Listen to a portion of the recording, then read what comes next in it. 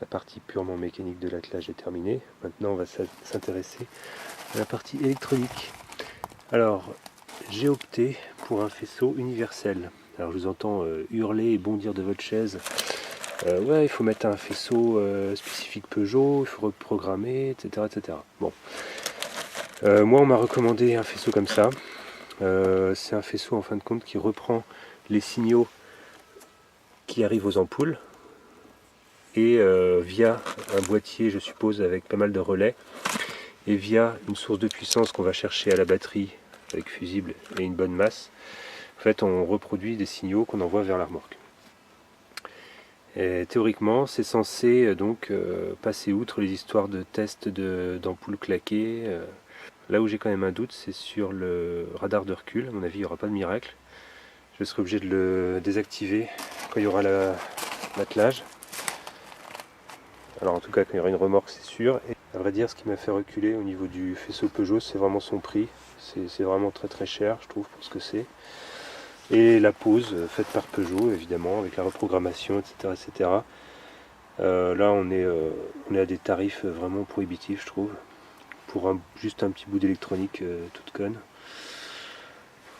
Donc moi je pars sur cette solution. Donc après évidemment c'est discutable, hein. On peut argumenter pendant 8 ans. En attendant, moi c'est comme ça que je vais faire et peut-être que je vais le regretter. Mais bon. Alors pour schématiser un peu le principe, donc j'ai mon boîtier avec mes relais. La source de courant qui va être prise directement au niveau de la batterie avec un porte-fusible. Donc encore une fois, le courant n'est pas tiré directement des fils au niveau des ampoules, hein, parce que ça demanderait trop de jus. Ça, c'est l'espèce de faisceau qui va aller chercher les signaux. On voit que le câblage est très fin, qui va aller chercher les signaux au niveau des ampoules, et qui va les injecter dans le boîtier pour lui donner les informations. Et en sortie du boîtier, j'ai ces 6 câbles, plus une masse, une bonne masse qui sera prise directement sur la carrosserie, et qui vont effectivement donner les 7 signaux de la prise ici. Alors on va procéder à la pose de cette prise, la visserie qui correspond, et l'endroit où on la met. Alors on repère les 3 trous, on les met en face ici, et on positionne la prise de manière à ce que la prise s'ouvre comme ça. Et ensuite on visse. Voilà ce qu'on doit obtenir. Voilà le chemin que j'ai décidé d'utiliser pour le câble, pour aller chercher mon plus 12 batterie. Alors là, il y a une place, donc je pense que c'est fait pour qu'on sorte ici. On va au coin, on passe sous le siège.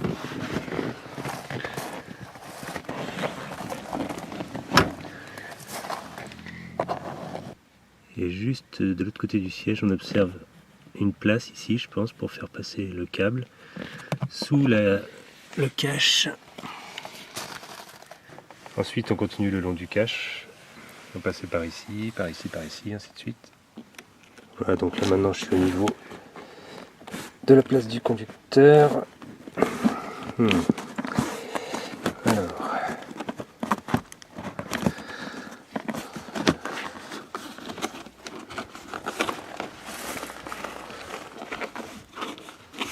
Ici je suis pas très satisfait, je vais essayer de mettre mieux que ça quand même. On ne voit plus rien.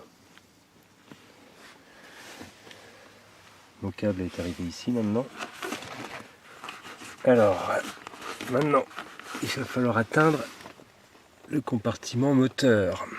Alors pour ce qui est du passage du câble, donc à ce niveau-là à peu près, en fait on peut trouver une trappe qui est en dessous. Ou alors une fois là, il faut traverser la... Une fois que le câble est ici, on peut traverser la cloison. Bon, honnêtement j'ai trop galéré, là j'y arrivais pas à traverser la cloison. Donc j'ai mon câble qui arrive comme ça par en dessous. Il va ici. Je sais, c'est pas très très propre. Et ensuite il va se protéger entre guillemets derrière le pare-boue. On le voit qui passe donc un peu plus haut au niveau du pare-boue et qui rentre dans le compartiment moteur. C'est pas forcément très propre tout ça, mais en tout cas je pense pas qu'il y aura de frottement. Ça frottera pas par rapport à la direction, par rapport à quoi que ce soit, par rapport au cardan. Le seul point qui est ennuyeux, c'est effectivement que c'est ça, moi qui me plaît pas trop. Le câble qui passe, voilà, ici. Ça c'est vraiment pas génial. Mais bon, dans l'état actuel des choses, j'ai pas réussi à faire mieux. Alors point de vue compartiment moteur, donc mon câble je l'ai fait remonter jusqu'ici. Tac tac tac. Ensuite j'ai pris un plus 12 permanent ici. Ça c'est le porte-fusible, donc je vais mettre le porte-fusible, je vais brancher le faisceau comme ça, et là j'aurai donc un plus 12 permanent au niveau de l'arrière. Donc ça c'est mon plus 12 qui vient de la batterie, qui va à cette borne, qui sera donc l'alimentation du boîtier. Celui-ci, j'ai fait prendre une masse. Alors par rapport à ça, c'était pas forcément mon premier choix. Mais par rapport aux longueurs des fils, si je veux pas rabouter tous ces fils-là, bon bref. Autrement, j'ai mon câblage ici, qui vient de la prise. Il y a une masse aussi à prendre. Donc celle-là, je l'ai prise ici. Donc ça, c'est une bonne masse par contre, hein. Et vu la section du fil, il en faut une bonne masse. Le boîtier sera positionné par ici. C'est pas non plus mon premier choix. Je vais le mettre par ici, mais bon, les longueurs de câble ne me le permettent pas.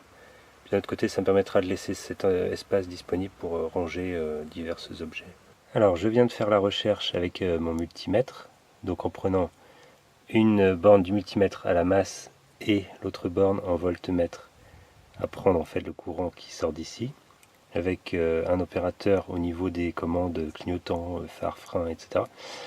Donc résultat, on voit que les cosses ici sont numérotées de 1 à 6. En fin de compte, le numéro 2 c'est le clignotant, le 5, donc le blanc là, c'est le frein, et le 6 c'est les feux de position. De ce côté-ci, côté droit, j'ai testé également. C'est bien le numéro 2 aussi qui est le clignotant. Alors on va passer à la partie câblage. Donc là, mon feu est en place, j'ai enlevé la connectique ici. On va chercher le signal par exemple du clignotant gauche, donc conducteur, au niveau du deuxième fil. Donc au niveau du connecteur, j'ai de 1 en haut à 6 en bas. Donc par exemple mon clignotant gauche, mon conducteur, c'est le numéro 2, ici. Alors je vais donc dénuder un peu tout ça.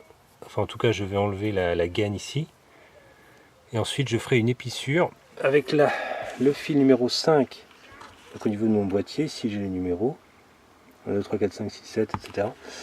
Donc mon fil numéro 5, celui-ci. J'ai dénudé mon fil numéro 5. Alors j'ai retiré la protection des fils ici pour avoir plus de marge d'intervention. Maintenant, pour faire l'épissure, donc je sépare le fil que je vais utiliser. Je vais entailler la gaine ici. Ensuite, 1 cm, 1 cm et demi plus bas, je vais entailler aussi. Il ne faut surtout pas abîmer évidemment le cuivre qui est au milieu. Il faut juste enlever de la matière tout autour, de manière à pouvoir à terme enlever le morceau de gaine qui est au milieu. Ensuite, j'ai utilisé une pince pour écraser un peu le câble sur le bord. Donc, ça fait que ça dépasse. Et en fait, maintenant, je vais venir couper sur le bord ce qui dépasse. Donc, j'ai fait une entaille dans la gaine tout le long. Et on devine qu'en fait, on va pouvoir faire ça. Voilà. Donc maintenant, j'ai plus qu'à retirer ce petit morceau de gaine. Voilà ce que vous pouvez obtenir. Alors à noter que moi j'étais pas pressé de faire ça sur les fils de ma voiture. Donc évidemment je me suis entraîné d'abord sur un câble qui craint rien que j'avais récupéré à droite à gauche. Je vous invite à faire pareil, hein. Entraînez-vous d'abord sur quelque chose qui craint pas. Alors la suite de l'épissure, le principe c'est que je vais venir mélanger ces brins là avec ces brins là. Je vais en fait essayer de les glisser au milieu. J'ai essayé de mélanger les brins le mieux possible. Maintenant je vais venir faire de la soudure à l'étain par dessus. Qui dit soudure dit chaleur, dit donc attention. Alors, donc là j'ai protégé avec de la tôle par en dessous. J'ai mes pinces à linge, une qui maintient les fils à l'écart, l'autre qui maintient les fils ensemble. Et maintenant, donc je vais faire ma fameuse soudure à l'étain en plein milieu. Alors pour faire ça, je vais utiliser un fer à souder complètement classique, hein, qu'on peut trouver dans n'importe quel magasin de bricolage. Pas besoin d'un très gros. Hein. Alors attention, ça chauffe, donc je le mets ici. Je ne vais pas laisser trop longtemps comme ça d'ailleurs. Et une bobine d'étain. Encore une fois, si vous n'avez jamais fait avant, entraînez-vous. Bon, c'est pas forcément la soudure de l'année, mais ça fera l'affaire. Alors évidemment, maintenant, on ne va pas laisser ça comme ça. Il faut protéger cette soudure. Alors, je vais encore vous voir vous lever de votre chaise et hurler à la mort. Non, il ne faut pas mettre de Chatterton, il faut mettre de la gaine thermo. Moi, je veux bien qu'on m'explique comment on passe une gaine thermo ici. Comment je l'enfile. Bon, bref. Ça, c'est du... Certes, c'est du scotch. C'est quand même du 3M et ça sert en milieu pro, donc je pense que ça ira quand même. Voilà ce que ça donne. Bon, c'est pas si mal hein, pour du travail d'amateur. J'en ai fait un deuxième, donc celui-là, c'est pour le signal des feux stop. 3 épissures de fait, donc là j'ai mon clignotant gauche, j'ai mon feu stop, enfin mon signal de feu stop et mon signal de feu de position. Alors ici j'ai enturbané encore avec du scotch 3M là. Ça passe donc ici. Ici j'ai tout rassemblé, j'ai mis un petit collier. Là j'ai positionné le boîtier. Alors là il y a un fil qui court, c'est en fait le clignotant. C'est donc le clignotant droit. L'autre c'est en fait ce qui va à la prise au niveau de l'attelage. Alors j'ai réassemblé tout le bazar, le cache qu'il y avait ici finalement que j'avais enlevé pour rien. Ici ça que j'ai remis.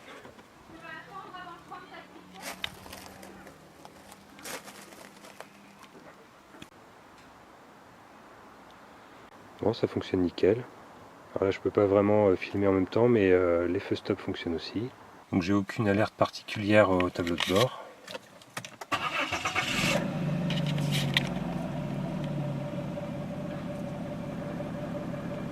Voilà. Bien sûr, si je mets la marche arrière, voilà. Ça c'est parce que la remorque est mise. Donc je peux éteindre le capteur. Donc maintenant, si je laisse juste la boule sans la remorque,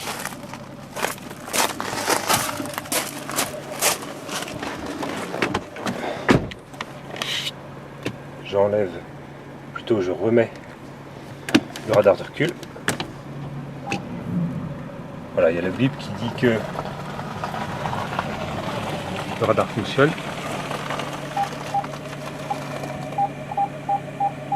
Voilà. Donc, il n'y a pas besoin de reprogrammer quoi que ce soit.